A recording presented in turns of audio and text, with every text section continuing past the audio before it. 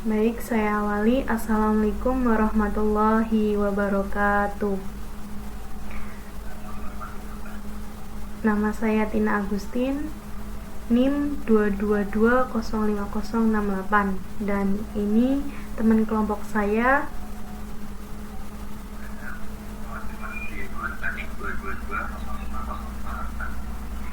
Baik, di sini kita akan mempresentasikan sebuah studi kasus, yaitu tentang sistem informasi pendaftaran online pemeriksaan kesehatan. Di sini kita untuk sistem informasinya yaitu berbasis website, merupakan inovasi layanan publik yang dirancang untuk meningkatkan efisiensi dan kenyamanan pasien di Rumah Sakit Asyiah Muntilan. Next. Di sini terdapat identifikasi masalah, ya. Yang pertama adalah antrian panjang. Pasien seringkali harus menunggu dalam antrian yang panjang untuk mendaftar, terutama pada jam sibuk. Dan yang kedua, keterbatasan waktu, ya. Pasien itu terkadang waktunya pendaftaran yang terbatas dapat menyebabkan pasien kehilangan kesempatan untuk mendapatkan layanan medis. Dan yang ketiga, ketidaknyamanan pasien. Pasien yang datang ke rumah sakit mungkin merasa tidak nyaman, terutama jika mereka dalam kondisi sakit. Dan yang keempat, kesalahan data. Pendaftaran manual dapat meningkatkan risiko kesalahan dalam penginputan data pasien. Next. Di sini terdapat pengumpulan data, ya. Yaitu terdapat apa saja? Yang pertama, wawancara dengan pasien. Mengumpulkan pendapat pasien tentang pengalaman pendaftaran saat ini dan fitur yang diinginkan dalam sistem online. Observasi proses pendaftaran. Mengamati alur pendaftaran saat ini, termasuk waktu yang dibutuhkan, jumlah pasien yang terdaftar, dan masalah yang sering muncul. Yang ketiga, yang terakhir ini ada penelitian teknologi yang tersedia, mengidentifikasi platform dan teknologi yang dapat digunakan untuk membangun sistem. Analisis kebutuhan pengguna. Yang pertama ada analisis kebutuhan fungsional, ya. Kebutuhan fungsionalnya itu terdapat pengguna pasien dapat mendaftar secara online dengan mengisi formulir pendaftaran.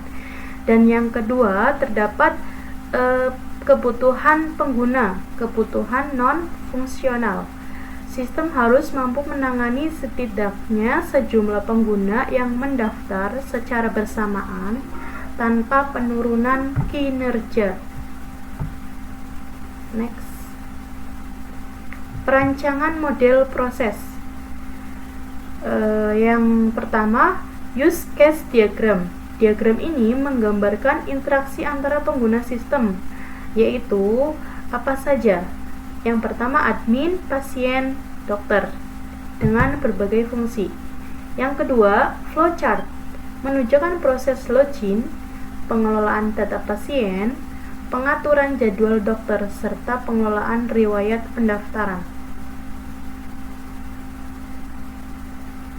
Analisis. Ya, monggo selanjutnya. Sistem ini dapat diimplementasikan dengan memanfaatkan infrastruktur yang ada. Bagian ekonomi masih membutuhkan investasi awal. Sistem ini akan mengurangi biaya operasional jangka panjang. Untuk operasional dan implementasi masih dapat dilakukan secara online tanpa disebabkan inovasi.